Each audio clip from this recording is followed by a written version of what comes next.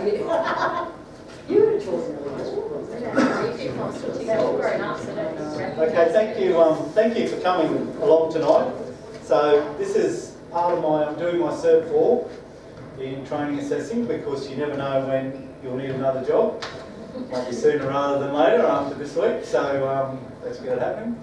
But one of the things is I have to do presentations. I've got 2 presentations to do, and I thought, you think for a while about an evening where we get people talking about just about a topic that gets people thinking, and because I think we tend not to ask challenging questions to each other, and it's one of the things that with our youth group, with these guys, when we do youth group, at the end of each youth group session, I put a challenge to them, and one of them was ironic. It was about the hole in the wall. So the ladies at St Joseph's know, but there was a hole in the wall here from one of those basketballs.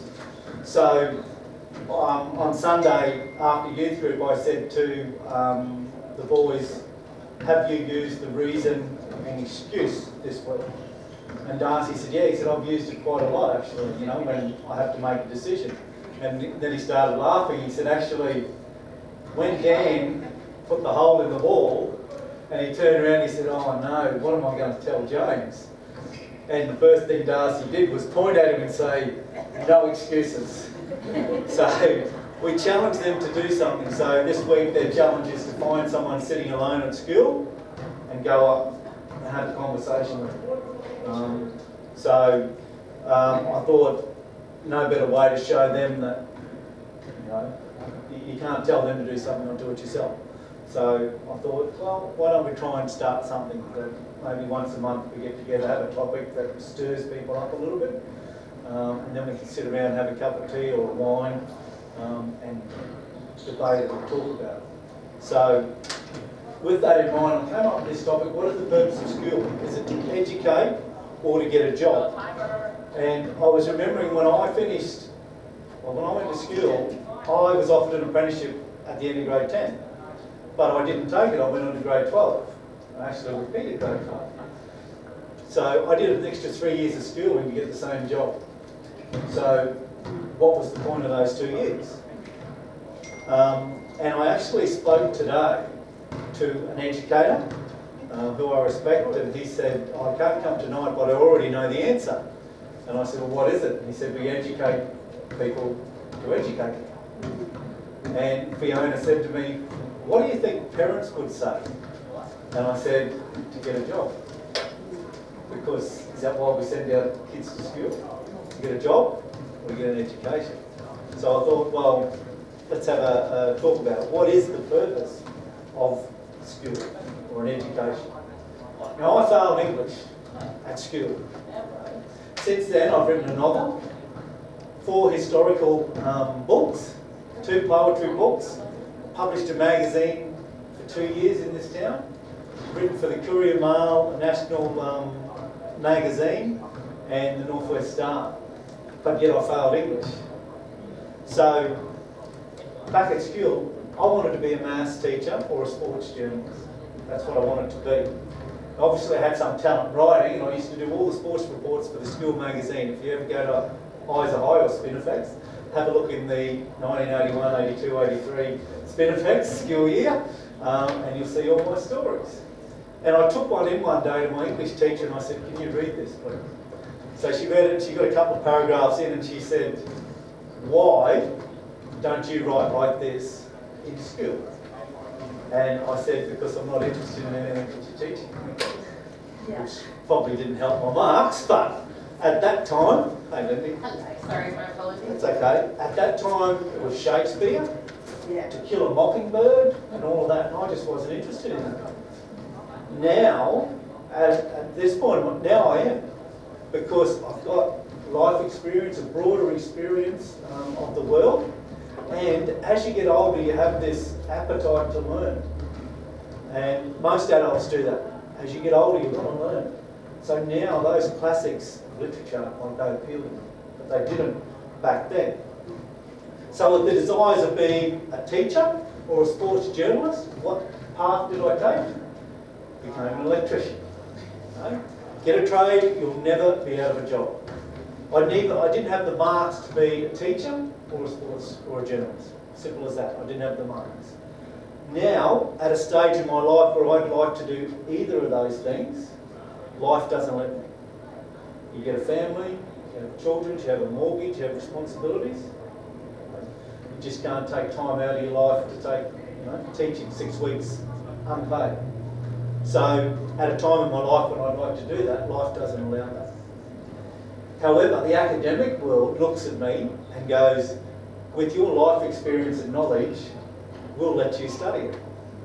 But back then, my marks, they wouldn't let me study it. So, what's the purpose of school? Is it to educate or give people a job?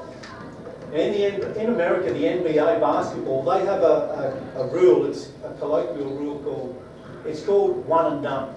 So what they did is they put in a rule that you had to go to college for 1 year before you could enter the draft for the NBA. This guy here, he's University of Kentucky coach John Calipari. He embraced it. So what he does each year is he goes around and finds 5 of the best players he can to come and play for him. And the reason he wants them to play, it's 2 reasons. 1, to win. Secondly, to get every one of the 5 of them into the NBA. So he defends his choice. He copped a lot of criticism, but he said the role of college is not to educate kids, it's to get them a job. Because when they go to college or university, they select something that is going to be their career when they leave. This bloke here, this player, his name's Dewan Wagner. He wanted to go back for a 2nd year at the university. So the coach called him into his office, got his scholarship, and he tore it up. And he said, "You're not coming back." He said, "You're going into the draft because you will be a draft lottery pick and you need to go." So with the draft in America, what happens is like the last team picks first, so they get the best player. But the bottom 4 teams, they go into like a little lottery and they pick out to see who gets first pick. Those 4 guys who get picked, they get a certain amount of money. So that's why you hear people talk about, I was first draft pick. That's why it's important, because you have a minimum wage that you're going to get paid. So to go first round draft means a lot, especially for your pay packet. The coach was right. He got picked by the Cleveland Cavaliers, $7.4 million. That was his rookie contract. Okay. After his 3rd season in the NBA, he was diagnosed with colitis and he needed surgery to remove his colon. And that was the end of his basketball career. Now, if he would have stayed at university, he would likely have never played in the NBA and consequently never began the career that he chose. Mark Wahlberg never received his high school certificate until he was 42. He learned that you could do it online. So he went in and he did it. He was proud as punch that he got it. Well, Calipari figured that his players, they could get their college education or their certificate, whatever, anytime they wanted. They could do it online, they could go back to school, do it during the off-season, but they could only earn the type of money that they were going to earn now. So he was doing a reverse, doing the job and then getting the education. Job, go back and get the education if you want. Yeah. Okay? Yeah. So that was his idea. Yeah. So, those kids we talk about there, they're 18, they're grown men. We're now asking kids who are 14 and 15 to make the choice about what they're going to do for the rest of their life. So they're picking subjects that are going to take them through for the rest of their life. 14 and 15-year-old kids. Okay? These are kids that society deems too immature to drink, too immature to vote, and too immature to die for their country, but they're allowed to decide what they're going to do for the rest of their life. According to the Bureau of Statistics, the average worker currently has 10 different jobs in their lifetime. And I thought that was a bit excessive, and then I added up mine, and I bolstered the average. But what they project is that that's going to increase. So the kids who leave school to now are going to have between 12 to 15 different jobs before they finish school. Now I started my electrical apprenticeship with 54 other kids. There's only about 10 left in the field, less than 10. Okay? We've all moved on into different career paths. So doesn't it make sense that when those kids make that decision at school, what career they're heading towards in grade 10, I think they started to make it. Doesn't it make sense that in the majority of cases, they're not going to end up staying in that field? In my parents' era, that's not my parents. Holy shit, Mum, you've had some work. But you used to be able to get a job because of who you were and the qualities you had as a person. Now this lady here, Anne Garms, she was awarded the Order of Australia Medal for her work in the tourism, hospitality and entertainment industry. So what she used to do is transform historic old buildings into first-class restaurants and famous Brisbane landmarks. She did the Cleveland Courthouse restaurant, which is where we got married, and 99% of the time, I think. Petrie Mansions, Roseville Restaurant, and the old Tivoli Restaurant and Theatre in Fortitude Valley. So she did all them up. Okay? Now, her and her husband, Harry, they came back to Mount Isa in 1967. He got his job back at the lead smelter as a foreman. Their first son, Christopher, was 9 months old. Their second son, Richard, was born here. Anne got a job for $45 a week as an office administrator for Joe Vienti at the Verona. $45 a week. $25 each week went to the Mount Isa went to the kindergarten to look after the kids, and she saved $20 each week. So at the end of a year, she'd saved $1,000. She saw an advertisement for a lease of a block of gentlemen's service rooms with a $2,000 security required to secure a 5-year lease. So she did a sums, developed a business plan for 28 residents, went to see the manager of the Bank of New South Wales. Now, you ladies will like this because the response to her request for $1,000 from the manager was short and emphatic. It was, no, you're a woman. And you're only 23 years old, and we don't lend to women. So what she did is she went straight across the road to the National Bank, where the manager was a bloke called Nobby Clark.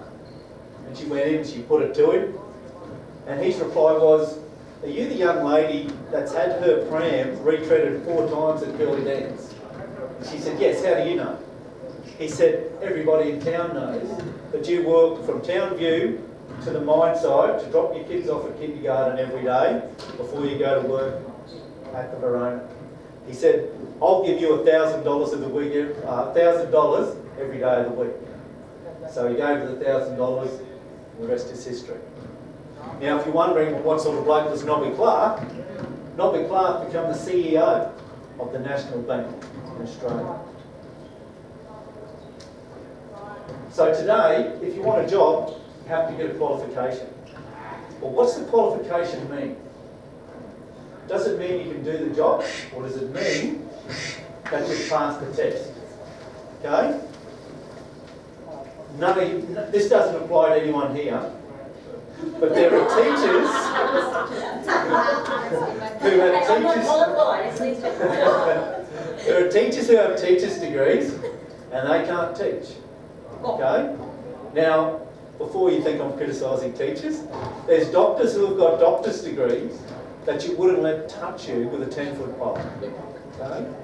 And don't let me get started on engineers. So, what's the purpose of education? Education is about theory, not practicality. So my mum and father-in-law, they think that they're dumb. Right? They hate playing games like Trivial Pursuit and that. But I ring my mum and I'll tell her, oh, I saw this thing on telly, this person making this particular thing, and I'll describe what was in it. From that, she'll make it. Now I can't do that, I need a recipe. But I went to grade 12, she went to grade 8. Fiona's dad, Jono, he could pull a broken down old lawnmower apart and have it running again in 5 minutes. Now I can't do that, even with the instruction booklet. Robbie, you're smarter than me, you reckon you could? No? But them old fellas can. Now Jono, I went to grade 12, he went to grade 7. So, define intelligence. Education is designed for academics and one size fits all. Right? Despite the fact that's not the case, and we know that that's not the case. So we're trying to teach kids how to do things so they can fit their peg into the round hole that the education system deems normal. What we should be doing is we should be seeing what sort of peg that kid is, and then teaching them how to make a hole in society for them to fit. This guy here is Black American activist Louis Farrakhan. Now he was the guy that started the 1995 Million Man March of African Americans in Washington DC. He says this about education. He says education frames you. It puts you in a square that disallows you to think outside of it. They make sure what you learn will keep you in that frame. But any time a man gives you the diameter of the frame, which is the knowledge that he gives you, he circumscribes the circumference of your activity. So once a man teaches you and frames you, you don't go any higher. Now I've seen blokes who can't read and write listen to an engine and tell me what's wrong with it. I've seen someone who is thought of as a really intelligent person, highly educated through university and all the rest, try and put oil into the motor through the dipstick. So, what is definition of intelligence? If there's a kid at school who's mechanically adept, why are we sitting them down in the classroom making them read Shakespeare? Is it to benefit the student or make it easy to conform the individual to the system? Henry Ford left the farm when he was 16, become an apprentice in a machine shop. If he was alive today, he'd be worth $199 billion. Sashida Honda never had much value or tolerance for formal education. So he quit to be an apprentice auto repairman and eventually founded Honda Motors. Frederick Henry Royce didn't finish any form of higher education and went on to co-found Rolls-Royce. Frederick Laker was a high school dropout. He was the founder of the first budget airline, and in doing so, became a billionaire. Now, his academic performance at school was noted as poor, but he showed a willingness to work around the clock if something interested you. And this is something you might pass on to Helen. He showed his early entrepreneurship by running the school tuck shop at a profit. So, we talk about what do we teach? Why don't we bring cars in and let the kids work on them? Make them all do it, and you'll quickly identify the kids that are adept at it and interested. At the very least, we'll teach kids basic maintenance, because every one of them will have a car in their lifetime. And next year, I think, is the year where the half-yearly intake takes place. So we now have grade 11s with provisional licences. So they're driving to school in grade 11, so they're a whole year there. So why aren't we teaching them about the maintenance of their vehicles? It's something that they're going to be doing for the rest of their life. Now we can't afford it and we don't have people to teach it, I hear people say. Well, I say, why are we relying on teachers? There are blokes in this town who work 4 on 4 off and 7 on 7 off. They're called diesel fitters or mechanics, okay? And the older ones among them are looking at ways to slow down and get out of doing the heavy work that they do. So why aren't we using those people? Now, it doesn't have to be a vet course, it could be just simply for a statement of attainment. Then you don't need a qualification to teach it. What would be best to conduct a basic vet course? A worker with life experience in the industry, or a teacher that's had 4 years at university and no hands-on experience? Now, exams means you've passed a test, but that doesn't mean you can do the job. So an actor can read lines, but that doesn't mean they can act. So Michael J. Fox, okay, he dropped out of school at the 11th grade in Canada, and a teacher told him, "You're making a big mistake, Fox. You're not going to be cute forever." And he replied, "Maybe just long enough, sir. Maybe just long enough." So he moved to Los Angeles and started to act. Russell Brand was kicked out of boarding school at 16 because he had girls in his room. One teacher branded him a waste of space. But then he went to London to study at the Italia Ponte Stage School, and his teachers recognised his ability. Jeremy Clarkson, he sends a Twitter to students in the UK every day on results day, reminding them that he wasn't particularly academic. So the last one he sent out said, "If your A-level results aren't joyous, take comfort from the fact that I got a C and 2 U's and I have a Mercedes-Benz." Robert De Niro, Charlize Theron, Daniel Radcliffe, Emma Stone, John Travolta, all of them dropped out of school to pursue their dreams of being an actor. Seth Rogen's parents encouraged him to drop out of school because he, when he was at school, was writing scripts and stand-up comedy and performing stand-up comedy. And all through high school he was doing that. And he reckons he worked harder than the kids who were doing actual schoolwork. Okay? He says this about education. "I think honestly, if you have a career in mind that isn't academically orientated, then high school is probably not going to lead you to what you want to be." So what are we doing to help creative students? Good looking Dorothy there. The high schools in Mount Isa, they put on a musical in alternative years. The reason they do that is because the kids are busy studying for topics and subjects that they may not particularly like. The other thing is, there's not enough time for teachers to commit. So in Mount Isa we have a thing called MITS, Mount Isa Theatrical Society.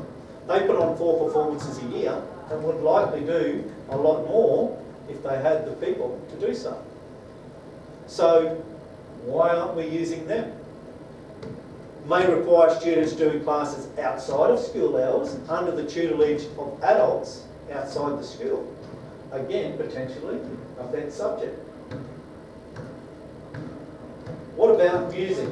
Well, Christina Aguilera, our own Peter Allen, David Bowie, Avril Lavigne, Taylor Swift, Rihanna and Beyonce. All high school dropouts. Music entrepreneur Simon Cowell, star of the American Idol and Britain's Got Talent, was described as a troublesome child. And he left school at 16 to work in the mailroom of his father's company, EMI Music Publishing. Eventually he was promoted to a talent scout, and then he left in the early 80s to form E&S Music with his boss, Alice Rich. He's had more than 150 million records and 70 top of the charts singles in the UK and US. Now the songs kids want to sing and play aren't classical, but that's what they're taught. So why aren't we encouraging them to create? Because isn't that the way that new modes of music are being created?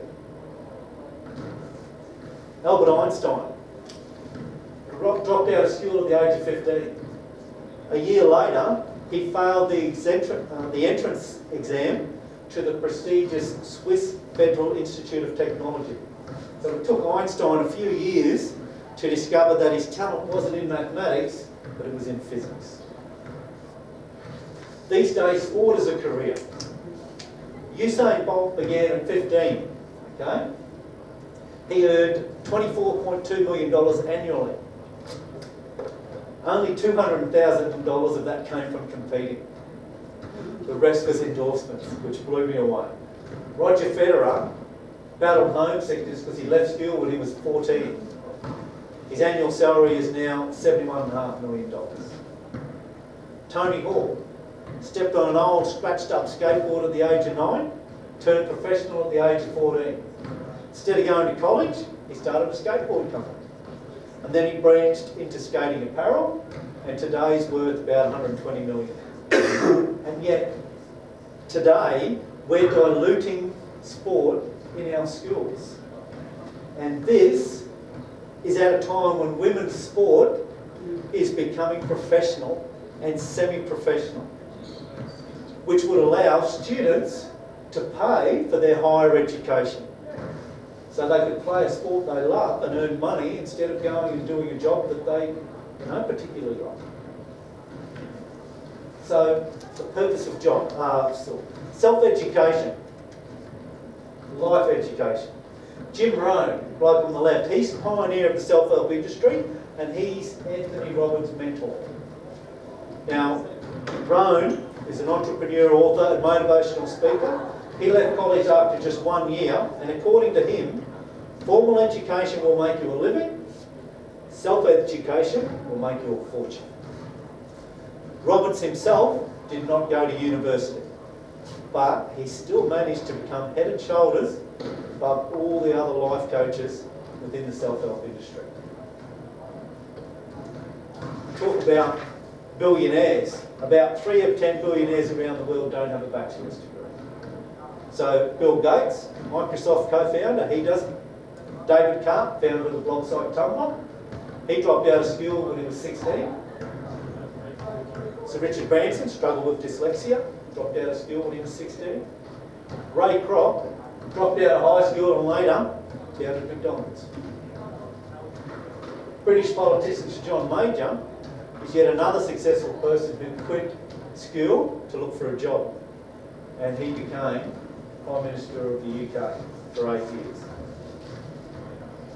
Haim Saban is a media mogul and the creator of the Power Rangers.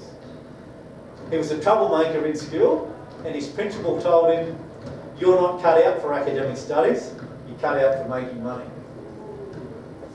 Now, there was a young girl who made money in Good Shepherd, I think it might have been 2 years ago, through selling black market slime that she used to make at home.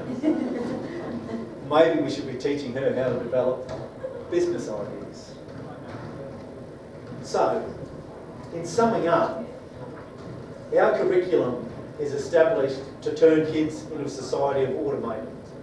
Brainwashed with the idea you go to school, you get good grades, you go to uni, then you go and work for an employer for 40 years, then you retire and then you die. Non-contact sports sort children and adults out by the level of their ability. In other words, if they're good enough, then they're old enough.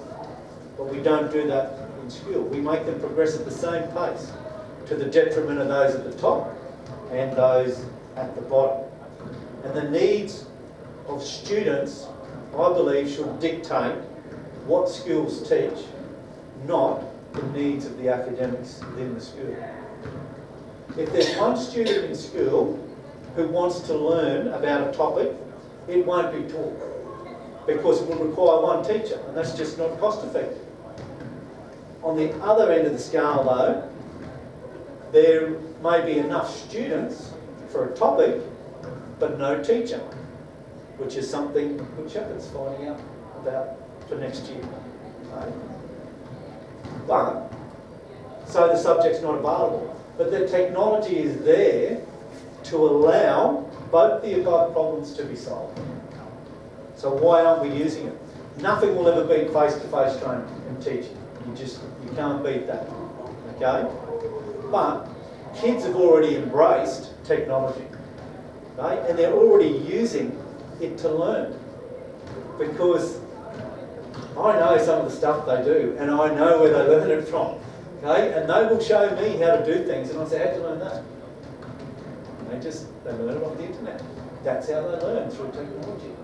So why don't we use it? Why don't we embrace it?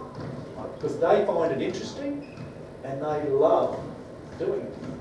And we always say to our kids, well, find a job you love and you'll never work a day in your life. So, I've got time for a couple of questions, which I have to do for the purpose. And then we can just sit around and have a cup of tea if you want to have a chat. And we can have the teachers can hit me over the head with a hammer and all the rest. But has anyone got a question? I think that, like, you've raised so many valid points, James, and it definitely is like food for thought. And I think that there's like a subsection of education that is working towards, or sort of along the line what you're talking about. Like Josh Stratton is down in Brisbane, and school is not for him. Hated it, didn't want to go, faking illness, yada yada yada. But now he's at a trade school, so he's going to get his senior certificate, and he's already started. So he's only 9 months ahead of Charlie. So grade 11, finishing grade 11.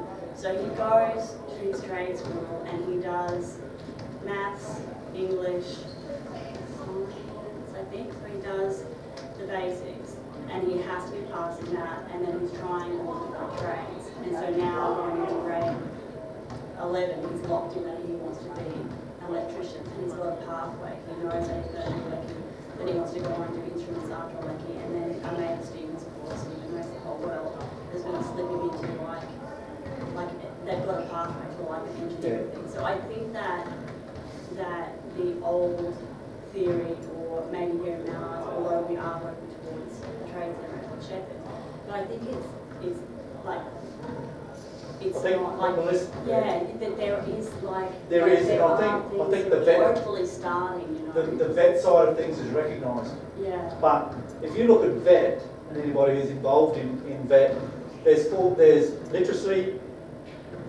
language and numeracy. They're the three things that you have to know. Okay? So, at school, and I was talking to Fiona about this earlier, why reading, writing and arithmetic? We've gone away from that, we teach all these other things. Well, why? Because everything needs reading, writing, arithmetic. So you make that your basis. And then you put these things on the side so that kids can get interested. So that's a great example, like try every trade. That's it. That's my part. And you let the kid take that part. Well, if we're making kids do science at school, because that's the only subject they think they like on that line. So they pick that, but they've got no interest in it. So why are we making them do that? You know, why aren't we just giving them the basics, concentrating on that, and then on the side giving them these things? And is that the model that we know? Because that's what we have here, and it's all I know. It's all about this is Good Shepherd's the only school that my crew have been to. So, but we might sit with our grade 10ers and lament over the fact that it's not available on the line, so I can't have it. And if I have to swap to go to that one, I have to drop it on that one, which means I can't take that.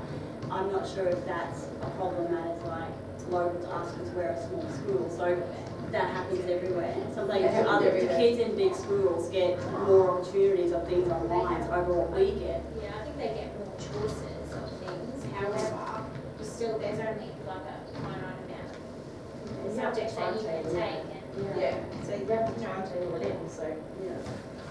So at the start of the year, I've got these teachers and they can teach these subjects. Yeah. And so, well, I can't put those two subjects on the same line because the same teacher teaches both.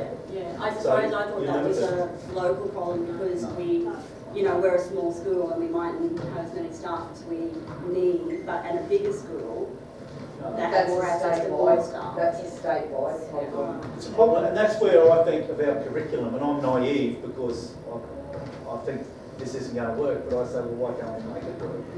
If I've got a kid here who's doing a course and they're teaching it on the coast, why can't they be part of that class? Why can't they sit in a room? We Skype. You go to Parliament, but why do you have to go to Parliament? Why can't we Skype? That technology's there, so why can't we put a person, adult, in with them to make sure that they're not YouTubing? Well, why can't we teach them that? You do it in health, tell us.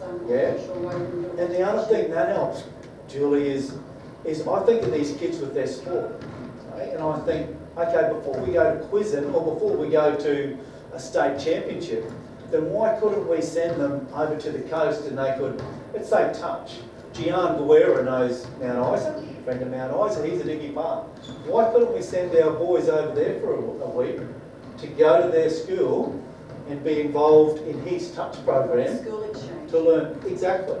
And somebody said to me, oh, you know, the curriculum's different. Well, how does that work? Aren't we teaching the same? No, why would they be different if they're the same age? Can I bring up a point here? Yeah. I'm actually at a point where I'm considering what you're saying. I've got a 15-year-old who hates school. I just sat there for 2 hours this afternoon doing assignments that he doesn't want to do. He's disengaged. But I know that when something interests him, he's right there. He will do it. He's much like his dad. Matt's the same. Bring a motorbike over and milk cartons, and 2 weeks later it's driving out as a motorbike. There's no manuals. But if he was to go and do an apprenticeship, if he can get someone to take him to do an apprenticeship at grade 10, by the time he finishes that, he comes out with a trade. As you say, as you get older, you want to learn. So he hasn't wasted those years in school, where I've actually seen so many students disengaged, waiting their time because their parents are making them stay till grade 12. They cause dramas, they're in RTC, they mislead other kids who want to learn. Kids can go. For their self-esteem. Yeah, it's not. They feel. So they can go, they can get a trade. Once they've finished a trade, they mature a little bit more. They go, you know what? Like my brother right now, I want to go back to uni. They also have a trade, so that gives them a higher score than other kids. And all they've got to do is like a 6 to 12 month bridging course, which they want to do because they want to do it. And then they're off. At the end of the day, we've got a child who's less depressed, a child who's not causing dramas, they're getting along better with their parents, everyone's happy. So I actually think that there should be that pathway. And one of the things, when I was training at Krause, you'd see kids come in from school, some of them couldn't read and write, you know, and I used to say to them, find something that you like and read about. So for kids who like motorbikes, I'd say go and buy all the motorbike magazines from the shop and read them, because I hated it. I used to read Rugby League Week, the Bible, from cover to cover. Every day I'd get it on Thursday and I'd be finished at that night. And I used to go to the library at St Kieran's, and any of the books that had sport in them, I'd read them cover to cover, but I would read nothing else. Yeah. But I'd have to do a book report on, you know, To Kill a Mockingbird or something. We used to get those, I don't know if I still got them, you know, the books that had the study notes. Yeah. And the teachers, I don't know how you're smart, because they always got me. You know, but the one time I got really good marks was I was able to pick the book.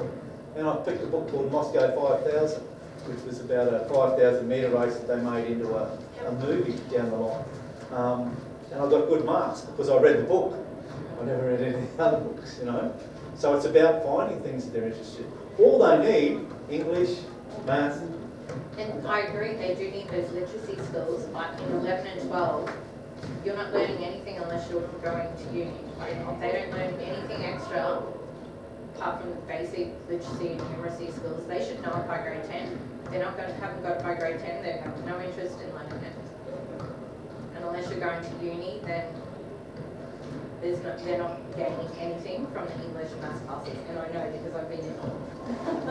But the other thing too is with schools now, from an outsider go, and I'm a little bit involved with the schools, when you go and speak to teachers with your children about their career and their subjects and that, you's talking a different language. Like, you've got a parent that only went to grade 10 and you's just, you know, you bamboozle us with what you're saying. So the parents are there and you're supposed to help your children make a decision, but I don't know what the teachers are, what they're talking about, because they just don't talk in a normal language. They talk in something we don't know. That's where your career officers are important. That's right, yes, yeah. No, I mean that. That's... Yeah, it is. But even like, yeah, you're talking to, well, I suppose I'm not a real good example because I'm an older mother, but yeah, like the school system now is nothing like when we went to school. Like, you know, reading and writing. No, we had nothing. On that subject line, it was grade 9 science or shorthand. I wasn't keen on science. You so did academic or shorthand. So commercial. then I had to go commercial, like it worked out, but no one to guide you. I think you're right. If you've got a child who's academic, then they're fine, and their parents are normally fine to go that way. But then if you've got people who aren't interested in that side, and then the parents probably don't support it, you go into a meeting and you've got all these professional people sitting in front of you. That could be really scary. That's too scary for a parent.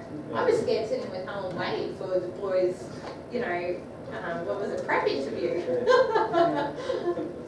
She's not as bad as the deputy principal. She's letting all the kids go. And she makes them wait. So in the kids that go, like you said, like 2 examples, and I thought the parents were both doing the wrong thing, was the Howie boy, Barry Howie and Trent Roberts. Now, if both them kids would have stayed at school, like a teacher would have ended up in jail because they would have probably killed them. Partying, drug Yeah, trouble, like, yeah. food, But now that they've both got good jobs and both happy and doing really well. But aren't they still promoting the earning And or learning? confident. Isn't that supposed to be the motto, earning or learning? So you have to. Well, you get to serve 3 for free, I think. So But it's I say to kids, well, just go and get a job, get a trade. Like, because it's easier to get into university after you leave school. You know? Like, so what's 12 years for? Like, I'll just go and get a job for a couple of years and then I'll come back to you and say, hey, I've got a Cert 3 in this, I've got a Cert, especially if you go over the mines, like they'll train you up. Okay, now you've got all these tickets and you go to uni and you say, here you go. And they say, yep, you've got all the knowledge and all the skills and you meet all the criteria, we'll let you in. But 2-3 years ago, you weren't smart enough.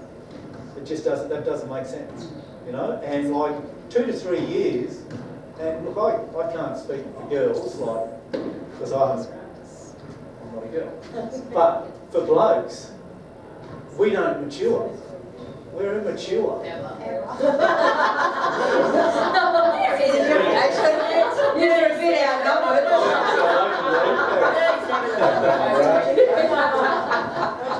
But you don't, and I always remember when I was with Queensland Rugby Union, and I was talking to this old bloke, and he said, all this under 19 stuff, he said, it's crap.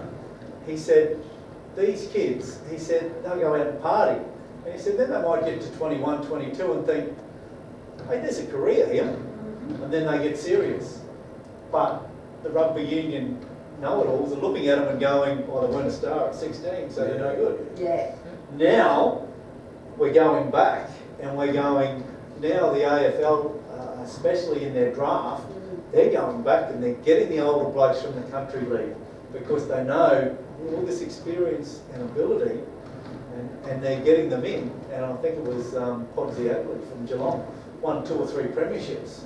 Was one of their best players, and they drafted him when he was like 26, 27. He said, I was drunk for, till I was 22. And then I woke up and thought, oh, why don't I give this a crack? So I think we're asking a lot of our kids to start making decisions about what they're going to do as a career when they haven't experienced life. They've been at school. How many of them know how to budget? How many of them know how much you're going to get? I remember in grade 12, one girl was laughed at me and she said, how much money do you think you're going to get when you get a job? And I thought, and I didn't have a clue. I did not have an idea. I just thought, oh, well, you get a job and then you buy a house and buy a car, don't you? And she just laughed at me, And then when I did get a job, I knew why she laughed. You're drunk for 3 years. Yeah, I know. See, but when I woke up, I thought, no, I know what I want to do now. Yeah. If there was a possible way to bring that into the high schools, how would you see it fitting in? Like working with the TAFE or having people, like they do at school at the moment, a vet coordinator? We can do it either way. You can do, like, with the cars.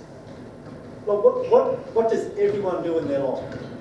They have a car, they have a house, okay? So why aren't we teaching them those things, like a car, how to drive it safely? Years ago, we wanted to bring in a course for our kids out here. Went and seen Betty Keenan, went nowhere. But what we thought was, why don't we do a course in off-road driving and highway driving? Because that's where our kids died. Yeah. You go and have a look at how many kids died, it's from those things. So they got to do 100 hours in a car. You know? Charlotte drives like 10 times a day, there's 5 minutes. You know? Whereas if she did a course, and we had courses through schools perhaps, where they could go off-road and learn how to drive, so when they go camping we know they're safe. Couldn't that reduce time? You know, if they do highway driving, why couldn't that reduce time? Because how many times are our kids going backwards and forwards to Townsville when they go to university? So put that in. Does that need to be a certificate? Well, that's something that needs to be discussed. But if everyone needs it, which is a statement of time. Classes of high school, you incorporate it that way somehow. And as soon as you go and do the induction for the mines, one of the units is mobile fleet. So we take people through a car, how to do a pre-start, what to look for, all of that. If they're doing it at school, bang, they've got a leg up straight away, they've got a unit of competency for their thing. Who can we get to teach it? You've got plenty of RTOs out there, but the schools are becoming their own RTO. So it's there, and we've got people who can teach it. One of the problems is the Cert 4, getting the Cert 4 to teach. That's a big problem, I think, because I've said, and this will be the last one, but I think they're doing the wrong thing with the Cert 4 because you've got to do the whole thing. Used to be training and assessing. Now it's together. So you could be a hopeless trainer, but you've got to get that qualification. But what you want to do is do the back end and design things and sit in a corner and do that. And then you've got the other people who don't want to do that, but they're really good at communicating and getting the message across. But they've got to get the whole thing. So maybe we need to somehow get that